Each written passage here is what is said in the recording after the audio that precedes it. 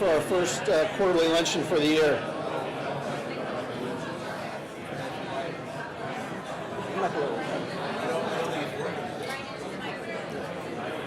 Hey, get everybody's attention. Well, operator error on my part. Welcome to the first quarterly luncheon of the year. I hope you've enjoyed food and dessert. And just appreciate the great turnout for today. The chamber staff has been very busy in scheduling like lunch and learns and our quarterly luncheons, different trainings and things like that for the year. At your table, you'll see this little handout will list a lot of those things for the year. One thing I did want to call your attention to for the third one down, the first business after hours, the time changes from 4:30 to 4 o'clock. So 4 o'clock on Knockerball at the city gym. So just make note of that one. And again, a lot of other great activities throughout the year. If you're not getting emails for these events, please, before you walk out today, let either myself or let Aaron know if you're not getting these so you can get signed up for them. Next, I do want to thank you at the table too, I think, and on the screen, we have our gold members and want to show our appreciation for going above and beyond their normal chamber investment. Again, I think they should all be listed at the table and obviously on the big screen. Next, to make your attention to, we are taking applications for the 2022-23 Wells County Leadership Academy. At this time, I'd like to invite Stacy Duncan from WEG Commercial Motors to tell us more about the program.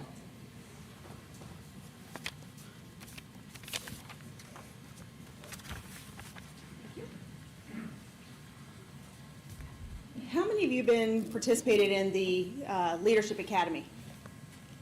Okay, so there's a lot of names that still, hands that have not been raised up. Let me tell you, in 2016, 2017, I took the course, but only to be a spy. My employer wanted nothing to do with it at the time, and he said, "Are you going to do it?" And I said, "Absolutely not. I hate talking in front of people. I hate being in front of people. What's my job? HR." So he said, "We're going to go do this." I said, "Well, let's see what it's all about." So I came in, I absolutely loved the class. I will tell you guys that it is some of the best relationships that I have made with people. The group that I was in was amazing to be with. We still meet today. The things that I learned from the academy, public speaking, working with other people, how to be a great leader, not only for the team that I have under me, but also for the whole entire organization. So if a CEO would have come into the office, I would have like crouched down in my chair, wanted nothing to do with it. Now they're in there every day, and I'm like, "Hey, what's up? What can we do?" So the things you can learn from the leadership is amazing. I encourage all of you to participate. Send your employees. I've already done the spy check for you. It is okay. So you can all enroll in it. In front of you, as he said, is your application. Please don't miss an opportunity. It is a great opportunity to get your employees involved. We've had the privilege of hiring a couple employees that have taken it through Wells County Leadership, that we hired them into positions because they'd had the academy. We currently have a supervisor that's in it, and our problem is now we can't get enough of them going through it quick enough. So I encourage you guys, send your teammates through, send your employees. It's one of the greatest adventures that they will go through, and there's tons of wealth and knowledge that they'll take away from that, not only for their jobs, but for their careers, their relationships, their home life. So I just encourage everyone to participate. So.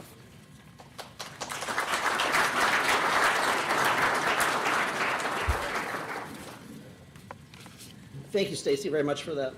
If you are interested, please see Aaron for details in terms of signing people up for that. I will speak for my personal experience with Bluffton Medical Group and then the hospital from some of our own people that have gone through the program, and kind of thinking about it, and kind of maybe what Stacy had said is that probably the three things that I see coming back from each of the people is there's an incredible amount of confidence that they have in themselves after going through the program. They have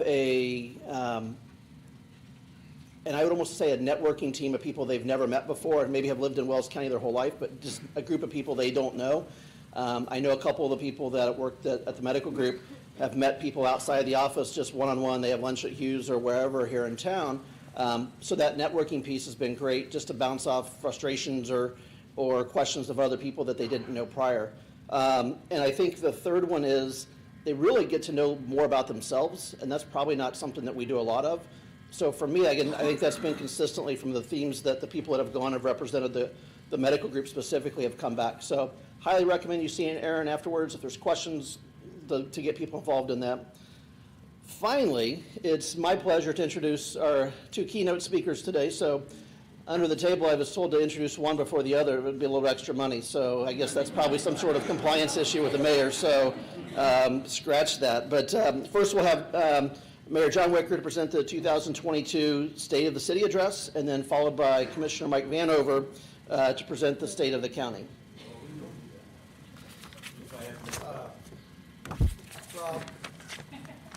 We're going to have a coin toss to see who goes first. So Aaron, you come up. Mike, you'll be the visiting team. Yeah. You go ahead and call it.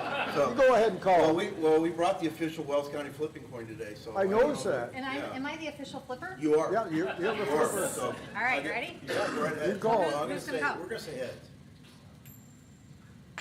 Did you see that? That was good. Heads it is. Heads it is. I Would will you like defer. to,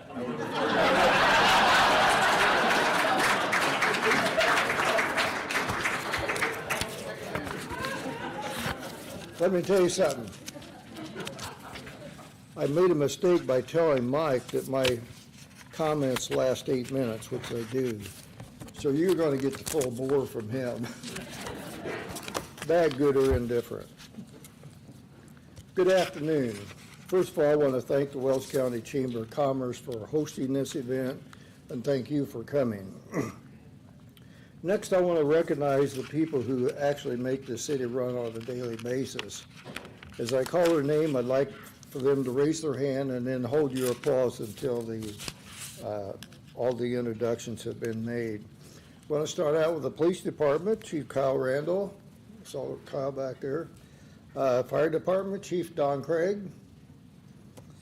Assistant Chief Chris Wolf, back there. Street Department, Tim Simpson.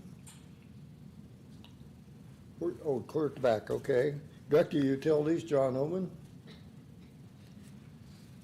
Water Treatment, Todd Shady. Todd's back there. Water Distribution, Dave Hendricks. Wastewater, Tony Fay. Storm and Wastewater Collection, Derek Deininger and Todd Durham. We have the Parks Superintendent, Brandy Fichter. Saw Brandy back there. And Carla Fritz with the Parks Department. Building Department, Ted Smith. I see Ted. Yeah, he's clear at the back. Okay. And in the Clerk's Treasurer's Office, Tammy Runyon. That's all Tammy. Michelle Simon. And Bree Lotzenheiser. And last but not certainly least, our chief trash talker. Now, wait a minute. We're talking about garbage. And my go-to person, Brenda Jackson, to whom I owe so much, she has led me the way, and any mistakes are her fault. We have council members with us today. Roger Thornton, 1st District. Janelle Stromback is not with us today. Scott Menser is at the back. Josh Hunt is absent today, and then Rick Elwell's here too. And special thanks to the Common Council for their contribution for governance of the city of Bluffton. I also want to acknowledge my wife, Jolene, who gets the privilege of listening to my whining when things are not going as I think they should. And we have a couple of special guests with us today, Tyler Warman from Governor Holcomb's office, and we also have Chris Crabtree with Jim Banks' office, so welcome.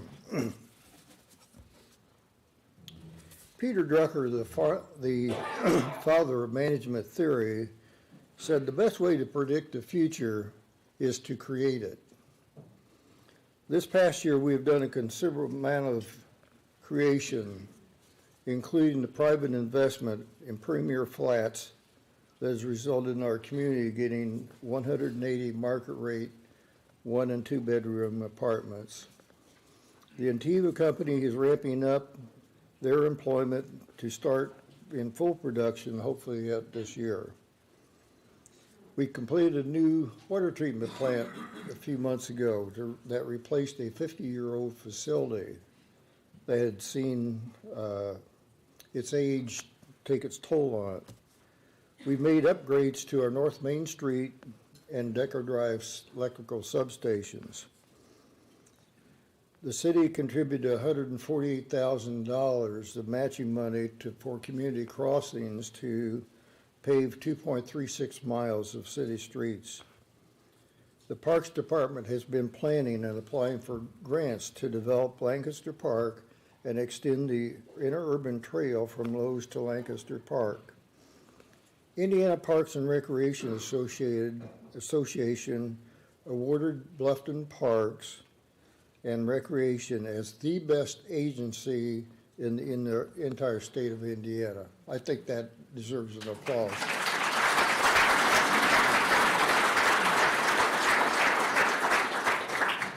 Brandy Fichter is like the ever-ready bunny.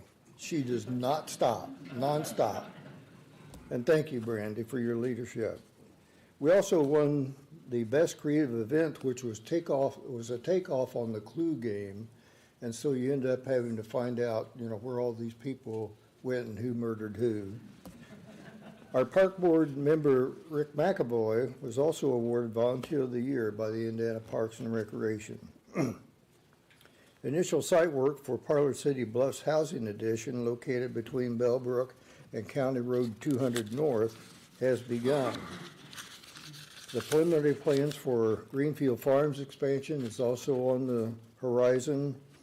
Engineering work on the Timber Ridge area for septic elimination has been ongoing, and hopefully we'll get some SRF money in the next 30 days or so. Coordinating with the Wells County Regional Sewer District with connections with Murray and Liberty Center are also on the horizon. The Public Safety Task Force worked hard to address the space issues for the Bluffton Police Department, Fire Department, and 911 Dispatch Center. We have also been working on enhanced network security and have identified future needs for technology. Like all governmental units, the city has its challenges. I want to take a few minutes to talk about those challenges. What are they? Cybersecurity is a big issue. Any of the meetings that any elected official goes to, you hear about cybersecurity. It is real. The city has networks that are pretty valuable to the citizens. Police, fire, dispatch, even utilities, there's so much of it is computer controlled. And so we want to make sure that we have the very best cybersecurity that we can afford. The rising cost of infrastructure improvements is another issue facing the city, as is the case with all municipalities. The real downside of that cost is making sure that utilities are affordable. As we do these projects, the ratepayers have to pay more. And we already have people struggling to make ends meet with utility payments and rent payments. It's a concern of ours. The need for housing at all levels. Public safety, we are looking at funding body cameras for the police department and radios for the fire department, and those are major expenses. Where will we grow? And what will be needed to allow for that growth? Partnering with educational providers to provide educational opportunities for students and adults, which lead to better job opportunities and higher pay. We will be creating a stormwater entity to regulate stormwater and to comply with item regulations coming our way. It's coming, just a question of when. By 2024, any lead or galvanized pipe with lead connections has to be identified and a plan put in place with IDEM in 2024. Where do those lead pipes exist? And then how are you going to replace them? They want a schedule. And that applies to every municipality throughout the state of Indiana. Another thing we have on the horizon is the redistricting in the city of Bluffton to accommodate 2 new council members. bringing the total number of members from 5 to 7. This will occur at our next municipal election. While some would say, I like Bluffton just the way it is, we don't need to get bigger. Unfortunately, if we don't grow, we will become a very expensive place to live. The cost of providing public safety, utilities, streets, etc., continues to rise. And if our population is stagnated, each of us will be paying more for those city functions. A big thank you to all of our businesses, churches, and nonprofits for their contributions to our community. A special thanks to Bluffton Now. I saw Mike back in the table. Mike, we appreciate everything that Bluffton Now has done in promoting downtown revitalization. Several years ago, I heard a statement about growth, and it goes like this. If you're green, you will grow. If you ripe, you will rot. I want to repeat that. If you're green, you grow. If you're ripe, you rot. I will do my best to make sure that we keep growing and stay green for a period of time. Thank you.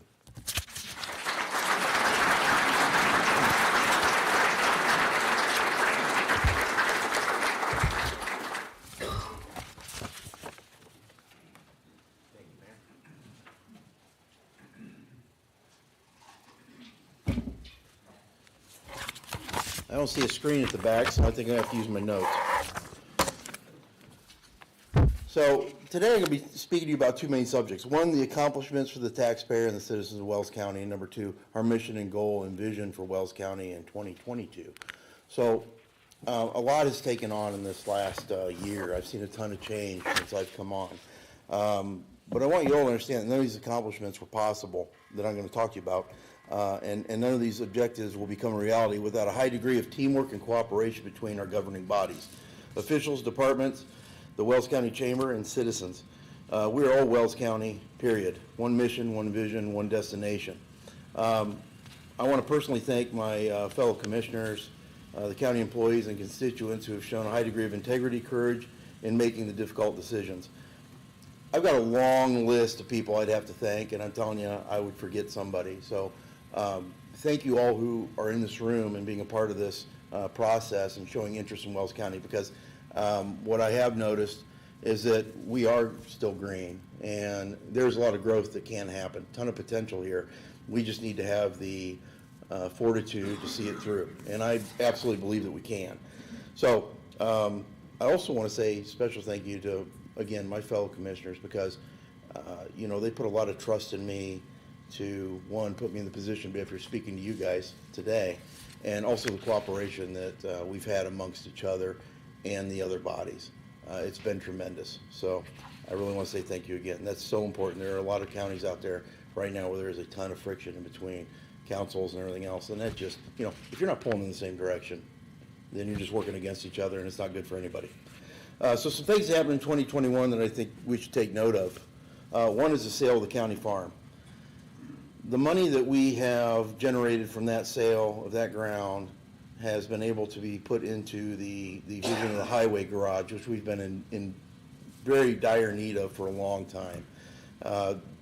Also, we're putting that ground back out there for the farmers that, one, can take care of the ground the way they know it needs to be done. It's back out there in the community where it's generating revenue for another farming business or agribusiness. So we have also the commitment to building a new highway garage. Our employees deserve a safe and secure environment in which to work. We've gotten our money out of that highway garage, no doubt. Been there a while. So I'm really glad that we've taken those steps. We're in a little bit of a bind there because, again, supply and commodities have all gone up tremendously.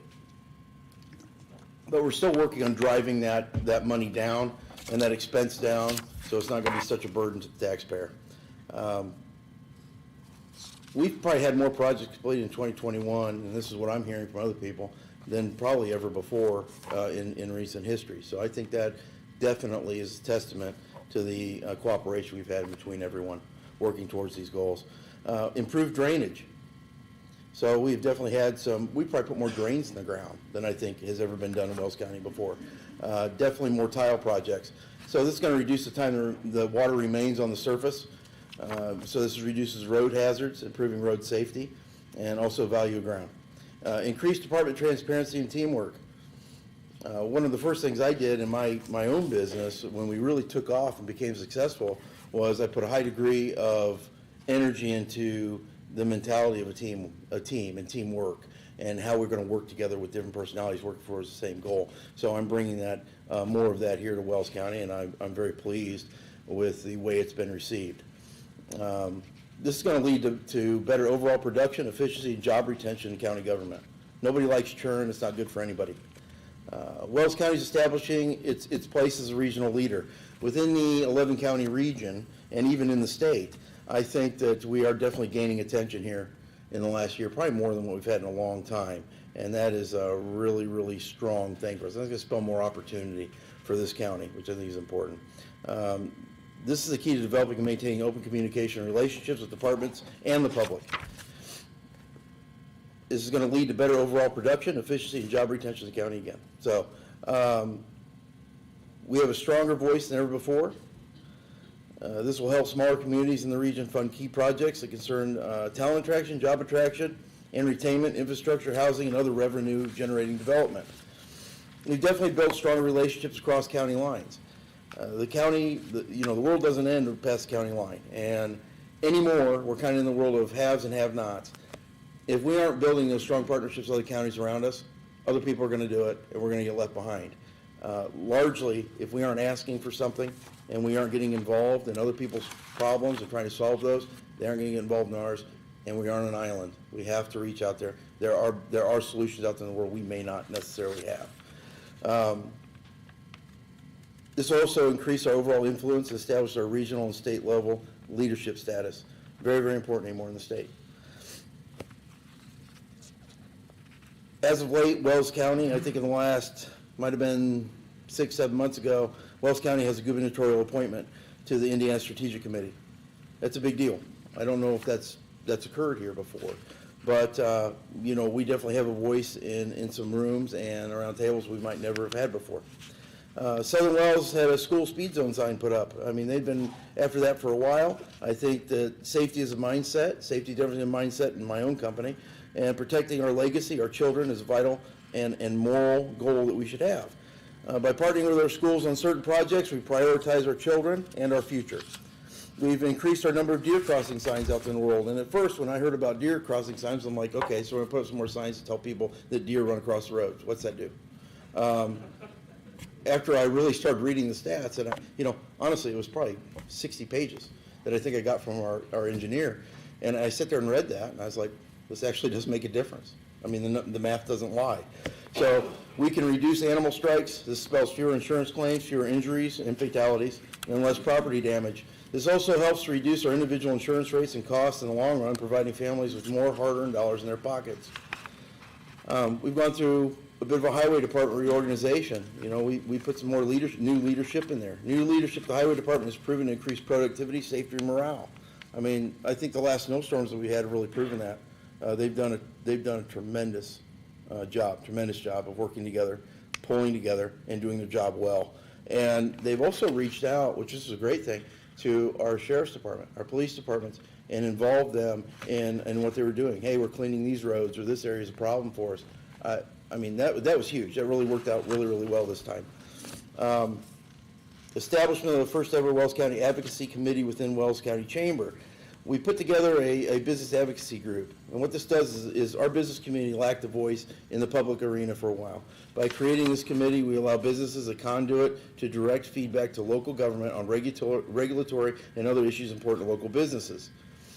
Involving our local business leaders in growth and potential of our county allows for a powerful exchange of ideas among proven leaders. I've always had the mindset best idea wins. It just has to, and we've tried our best to form a group here that has business leaders in it that we can bounce ideas off of, and it is proven successful so far. So anyway, 2021 was a big year for us. We've made a great deal of progress in several departments. in the region within local government. All this spells success and prosperity for the citizens of Wells County. I'm proud of that. I think everybody in this room should be. In 2022, we've got some objectives and some ideas, and we're going to really try to drive these forward. Now, like anything, you have ideas, and that's what they are, but you drive them forward, and they may modify, they may change, but it's all going to take a lot of input out of our county. So, further attraction of economic opportunities for Wells County through our EDC. Jobs, better jobs, and more reasons to stay in Wells County. We need to keep people here, and we need to attract more to our county. It's a great place to live, and the opportunities are there. Better coordination between the business community and schools as we identify skills needed for graduates to enter the workforce. We need to prepare our young people for the job market and what's out there, not just today, but in the future. And if we're not doing that, we're not giving them a fair shake. So there's definitely some room for improvement.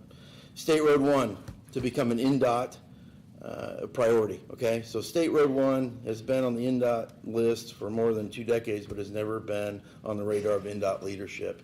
And we need to change that. Oftentimes there are opportunities that have come here or wanted to be here, but they don't have access to highway. And without access to highway, they're not interested. They walk it off. Conversation's over right there. We've got to put an end to that somehow. And I think that, one, getting this on the radar of leadership is important. State Road 1 is a direct connection between our county and our regional airport. Allen County definitely probably takes around 3,200 of our citizens a day to work up there.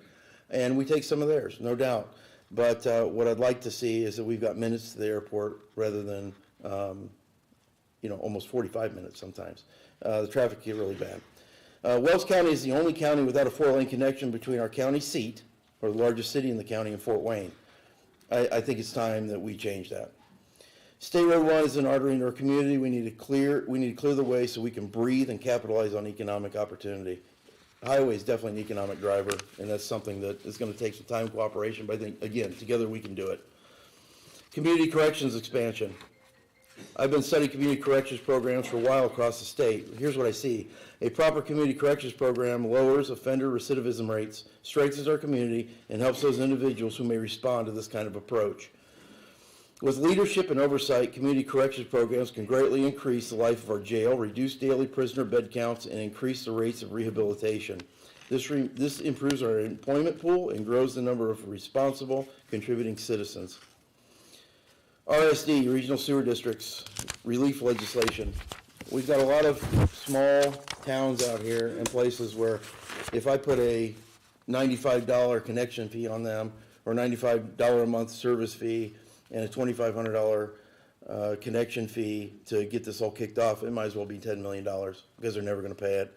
And the last thing in the world we want to do is drive those people out or leave them without a home. So, I'm working with our leadership downstate to try and develop a tool or a mechanism to where we can offer them some relief and get us into a better position to keep our water clean, our ditches clean, and keep the septic stuff where it needs to be and not in our river. I know we definitely want to develop the river, and it's something that's important to us. So I think we can come together as a community and solve this ever-growing issue, but it is something that is definitely on our radar. Riverfront Development. We have a beautiful river here, and it runs right down our downtown. So with strong community cooperation and participation, we can take steps to develop our river with a mission to create outdoor dining, tourism, nightlife, and growth. This will take additional synergy and touch points with our representatives in Indianapolis and the governor's office. But again, I think this is all possible. Greater teamwork mindset. Together we can accomplish everything we may never have thought possible. It starts with a desire and a hope to see something better. And I know there's plenty of people in this room that absolutely feel that way. County road upgrades. Road improvements increase the overall safety of our citizens and visitors to our county. More paving projects will provide more opportunity for development for residential, commercial, and industrial construction. One county-wide 911 dispatch service. One uniformly trained and up-to-date dispatch service with cutting-edge technology. Everything can be improved and nothing is without flaw, but when it comes to human lives in crisis, seconds count. With county-wide involvement and education, we will have a city-county 911 center directed by a 911 board that will undoubtedly be second to none. And I tell you, those guys do an amazing job right now. They absolutely do. And I think that working together again will only improve that process. Infrastructure upgrades. If I wouldn't leave it that way in my home, it's not good enough for the county, and that's definitely the way I feel. No more Band-Aids. You know, I want to repair for the future. We have infrastructure here with some great buildings. We need to make sure that they're gonna handle the years to come as we're growing. Layered oversight and overhaul of our bidding process. The most qualified, best suited, and best problem solvers will be the only contractors or vendors to work on Wells County projects. We may take longer to award bids, but the taxpayer will get the most bang for their buck. And that is what we're doing. We're protecting their money. An open and transparent process is vital to providing the best services to taxpayers. We will make certain that our processes are fair, open, and clear. We want to get a highway garage built. You know, I don't see a reason why we can't make it happen in 2022, but I do know that realistically, by the time we're all said and done and moved in, it could possibly be the spring of 2023, but we're going to try and push that forward as quick as we can. New positions and outreach. We are searching for and developing ideas to create enduring ties between elected officials and the public. Without public input, it is very difficult to make decisions that have greater appeal in the county. We also want to offer greater support to organizations that have proven beneficial to Wells County. There are a lot of, I don't know, let's say evergreen type monies that go out to organizations that, and I'm not going to say just Wells County, but everywhere, that everybody just gets kind of used to funding. And I think that we all need to take a hard look sometimes and say, have you truly delivered what you said you're going to deliver? And have you been a real strong partner for the citizens of Wells County? And if you are, we're going to do everything in the world to help you. If we're not, we might need to look at some different options. We will look at our opportunities for community investment carefully and be ready to step back from those that haven't been successful in the past. If you really want change, I hear people say all the time, man, we need change, we need change. And then we come in and change things, people are like, well, hold on a minute, what are you doing? Well, we're changing things. It means you have to actually change. And, you know, it's sometimes difficult, but that's okay. You know, we're up to the challenge. There is something exciting that Chad Klein brought to my attention, okay? And we're going to present that here today. This will be over here under the sheet, and it better be that, Chad, because if I pull this thing down, it's something else. Okay. This is going to be the new logo for the tourism efforts for Wells County. It'll be used in all marketing efforts such as social media, website, letterhead, and in the tourism guide set to be produced at the end of this month by the news banner.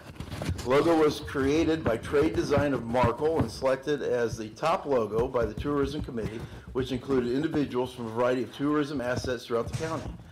This is one of the efforts that the commissioners helped fund to move efforts forward to increase promotion in Wells County's tourism economy. A round of applause for that, please.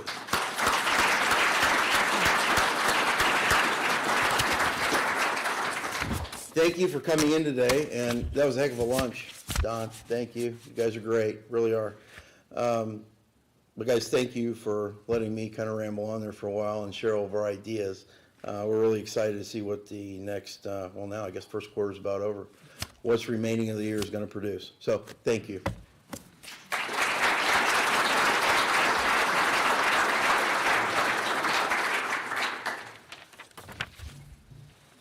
Thank you again for everybody for attending, and thank you Mayor Wicker and Commissioner Vanover for presenting, and then also to Tara Nuttall with Flex Fitness and catering for the meal today with Timber Ridge Catering. And yes, I'm grateful too that that's what that was, and it wasn't what you might have been thinking that it was. So the next quarterly luncheon will be the Mayor's Turnaround Awards, and that's scheduled for May 3rd. It will be at this location. The final announcement's probably more for me, but I'll share it with you. For those of you that were at the annual dinner, probably the last thing I said was, hey, make sure you turn these in before you walk out. So I don't always have a lot going on in here, but I'm walking out and talk to people before I did that, and I hear a Rob in the background. And I just assumed it was the news media, it was the paper or the TV wanted to talk to me, get my comments on some things. And that wasn't the case. Someone's holding my Bluffton Regional name badge up, and I still had this on. So I purposely left my employee badge in my car today so I wouldn't be tempted to do that. But please leave these up front because these will be recycled. So again, thank you everyone for attending today.